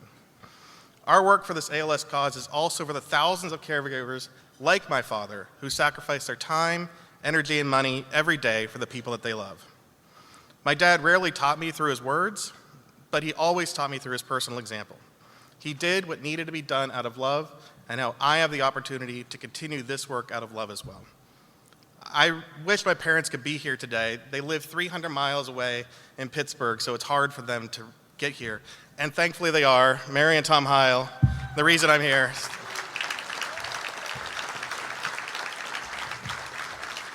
I could talk about them all day, but let's move on to Tom number 2, because that's Tom number 1. So Tom number 2 is my friend Tom Libby, who you saw earlier in one of those videos. Tom's from New Jersey and is living with ALS. He joined us in Washington, D.C. and in New Jersey for state advocacy to advocate for ALS research funding and more funding for ALS care. He's attended many of our events, including ALS Awareness Night with the Phillies this year, and I stood by him when they won that game. There was a little girl sitting on her dad's shoulders, and I still remember the 11th inning when they won. So if you need good luck next year, you invite Tom Libby and myself, and we will make sure that they win every game. Tom Libby is an example of our mission today. Because of your donations, advocacy, and volunteer efforts, people like Tom can receive quality care at the 10 ALS treatment centers that we partner with. And Tom and others like him can utilize programs like assistive technology for speaking, in-home care, ramping, stair glides, support groups, and access to amazing social workers, nurses, and healthcare professionals. We do this work because you make it possible, and then Tom and others like him turn around and advocate for others. That's a hero in my book. Now to Tom number 3, tomorrow. See what I did there? That's my communication work. What does our tomorrow look like at ALS United Mid-Atlantic? For years, you've probably heard people come up here and say that we're trying to put ourselves out of a job. And yes, that's true, but I want to put a little twist on that. See, our tomorrow here at ALS United Mid-Atlantic isn't just about finding an effective treatment against this disease. It's about making it easier for doctors to diagnose ALS so people get care sooner. Then it's about finding treatments, making sure they're produced, and then making sure that these therapies are in reach for anyone who is diagnosed. A treatment is meaningless if nobody can access it. Our finish line isn't just finding a treatment for ALS. Our finish line is making sure that everyone who needs that treatment gets it. Now that brings us to one more tomorrow, your tomorrow. What will you do to make this future possible? Will you leave this event and think, the speakers were inspiring, the food was pretty tasty, and Tony had a great tie, and then move on to something else? Or will you join us again and again as we cross that finish line together? I invite you to continue this momentum. I can't do this by myself. Our caregivers can't do this by themselves. We need you. Join an ALS United walk team. Donate, volunteer, share your stories. Advocate by reaching out to your elected leaders, some of whom are here today, and thank you so much for that support. Thank you for being with me today. I look forward to seeing you at many tomorrows to come. And I would be really excited to introduce our final speaker.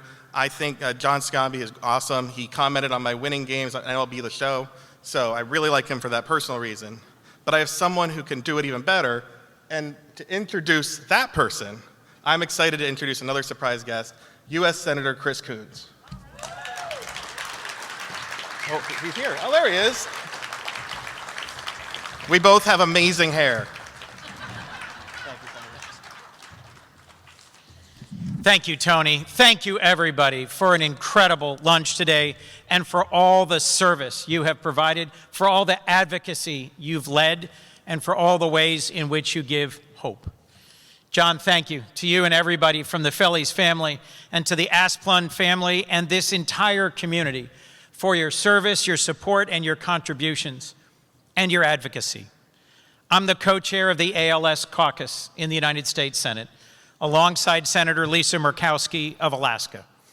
And I am honored today to introduce two folks, Kristen and Craig Colby, who first came to my office to advocate for greater investment in research, greater access to health care, greater access to support more than a decade ago. And 7 years ago, it was my honor to present them with the Flame of Hope Award. And because of their advocacy, I at that point had just signed a letter advocating for $10 million in federal ALS research. This year, Senator Murkowski and I secured $100 million in federal research support for ALS. We do not have it to the president's desk yet. It has passed the Senate Appropriations Committee with a huge bipartisan margin of 26-3. And with the end of the shutdown, our biggest challenges in front of us are the proposed deep cuts to NIH and CDC, the deep cuts to congressionally directed research in DOD, and the challenges to this specific provision if we don't move forward.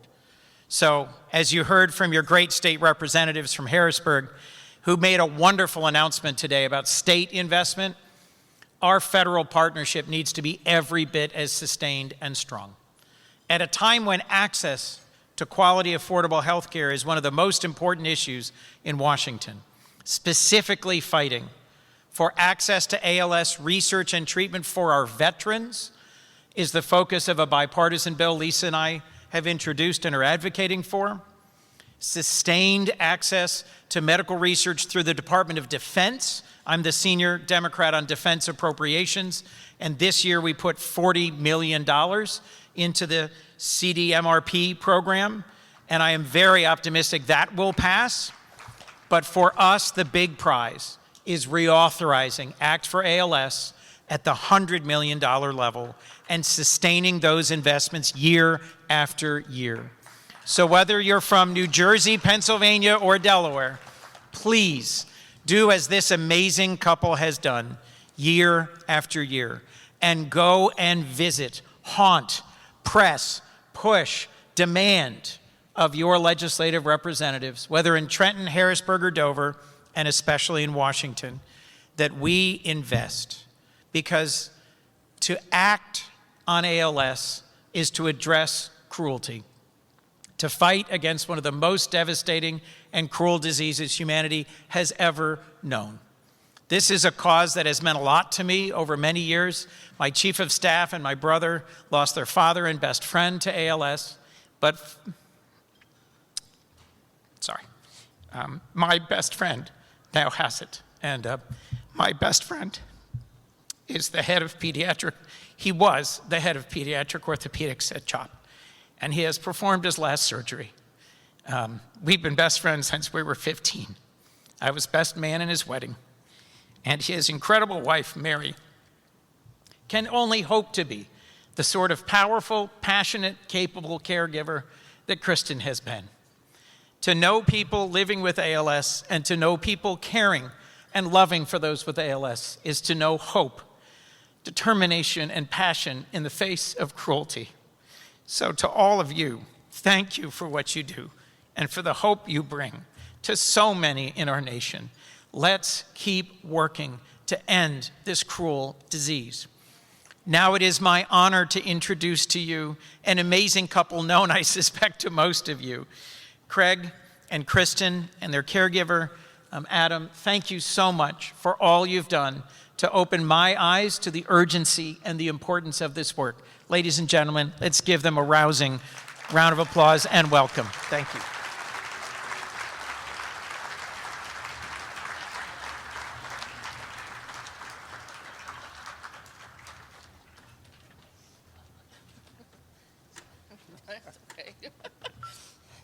Y'all know I'm a criers. Senator, I wasn't expecting that. Didn't you're truly one of a kind.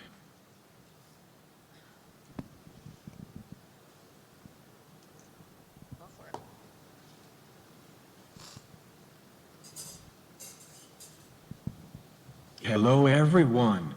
I hope that you're enjoying your afternoon. I wanted to take a minute and thank some incredible people.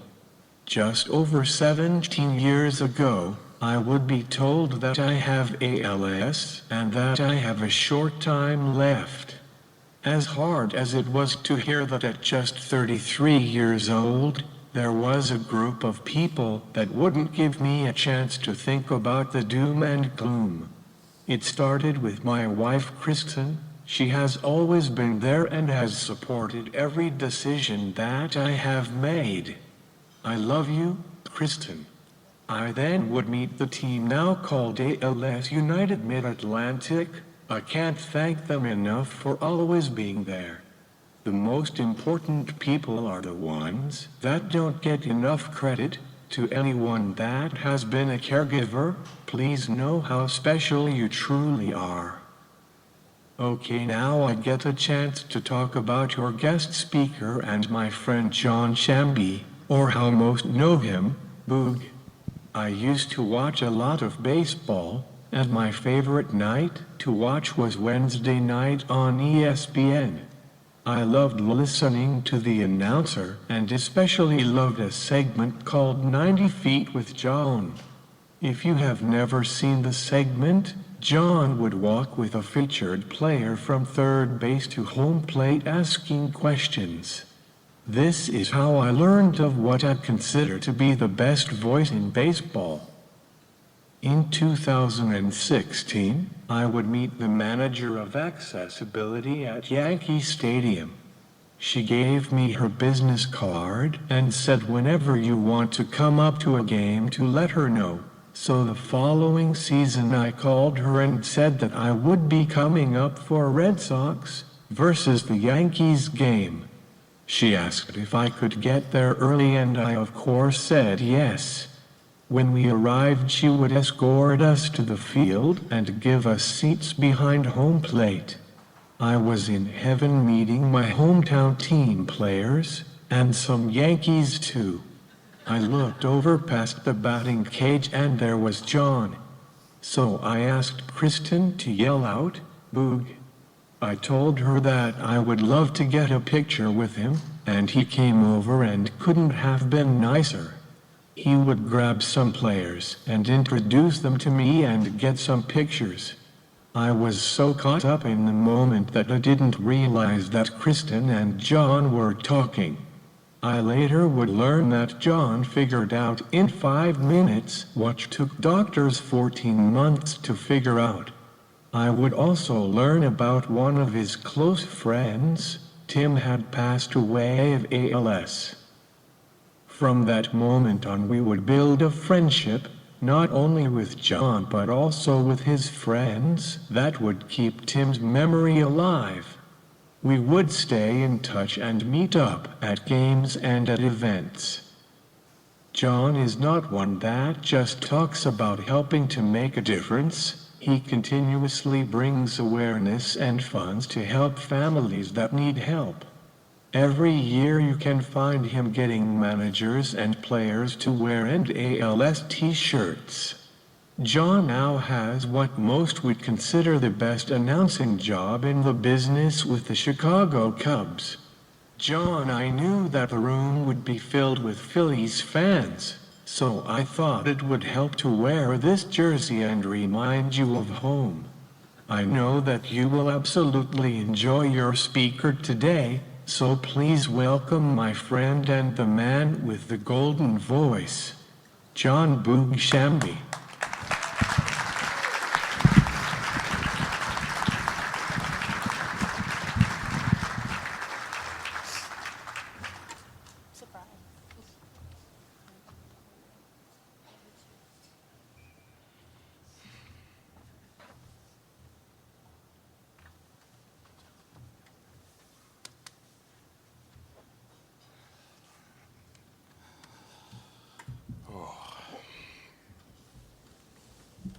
Love that jersey, buddy. Craig, thank you so much for that. I'm a little off right now. I'm not sure where to start. I guess the first place to start would be that even though, as Craig mentioned, I am the voice of the Chicago Cubs on television, I have a secret. I was born in Nazareth Hospital, and I grew up a diehard Phillies fan.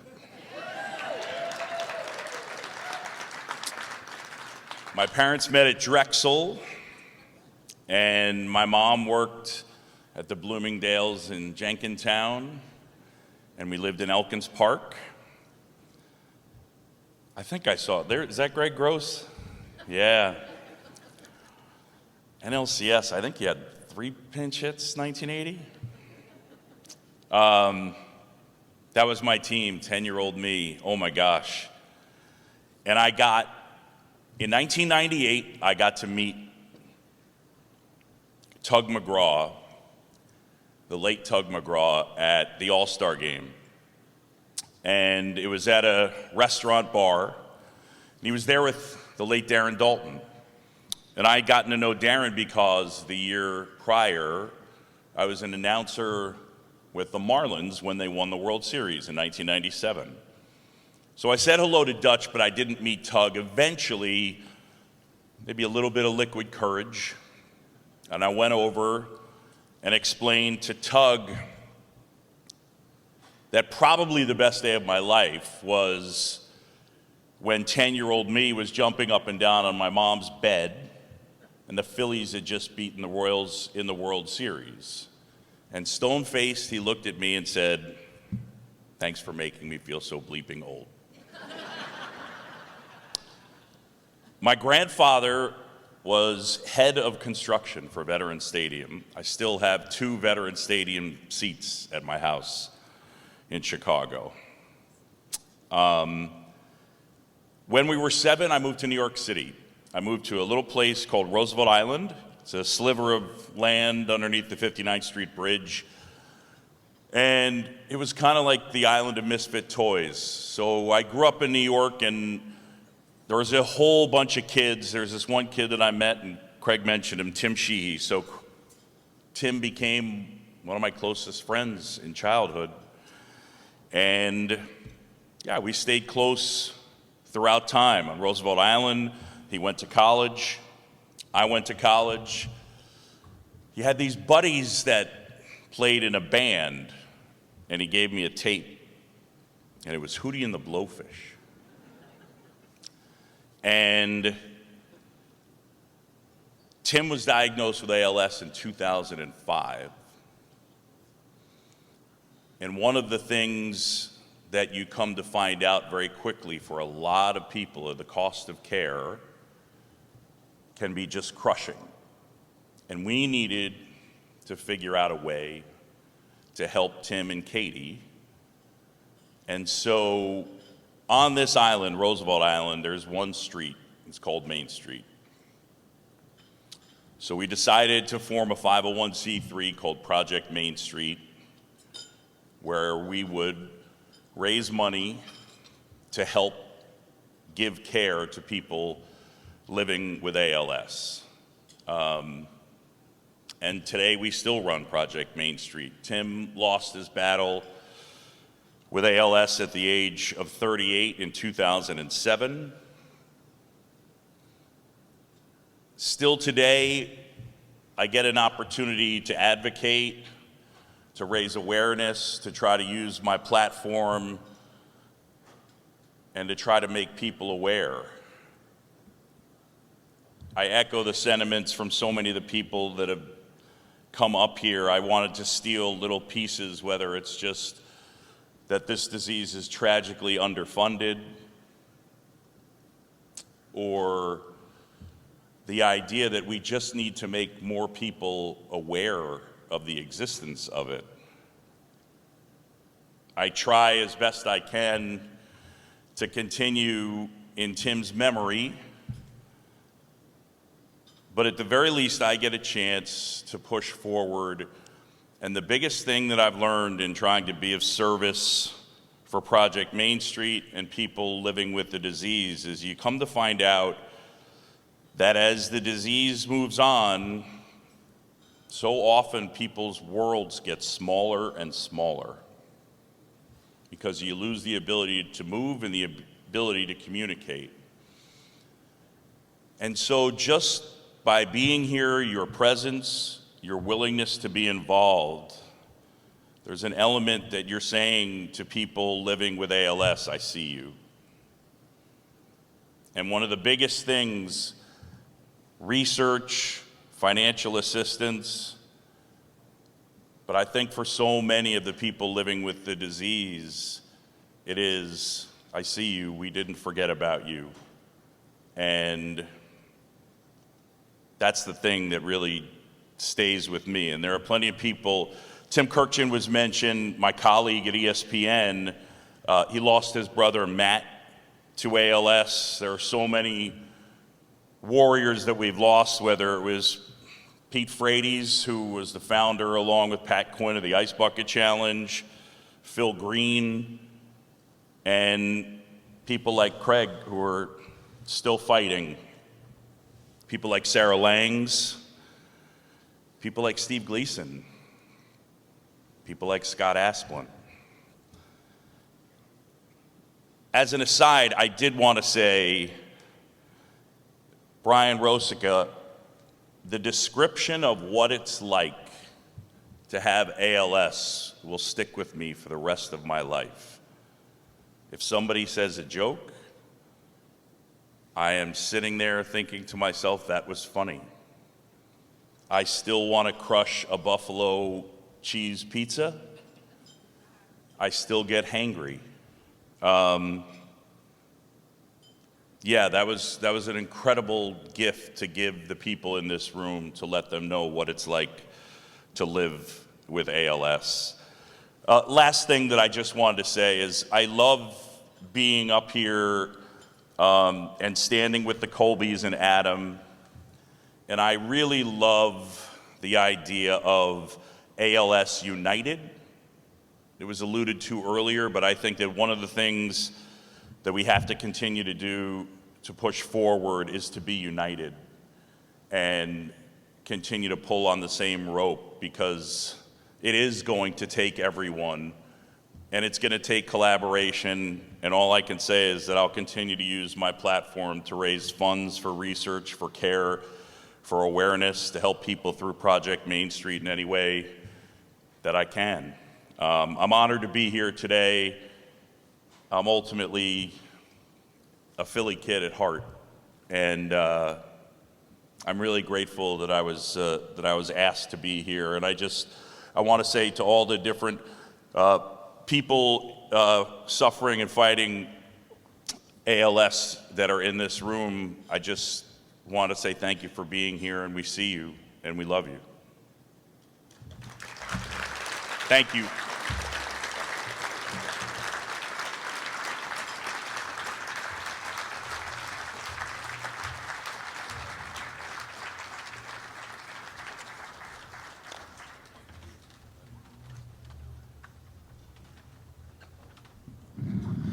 John Shambi, everybody.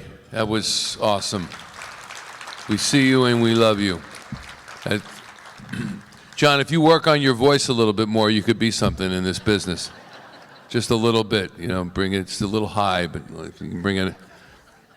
As we finish this unforgettable annual celebration, and it is unforgettable, and I love that it's annual, and I love that we're here every single year, and we hope to see our friends with ALS every single year, and that's why we congregate, because we want to keep them going as well.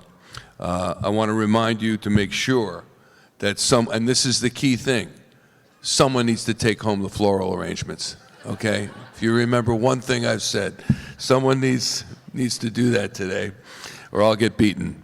Please visit alsmidatlantic.org, alsmidatlantic.org to donate, volunteer, advocate, or sign up for an ALS United Walk.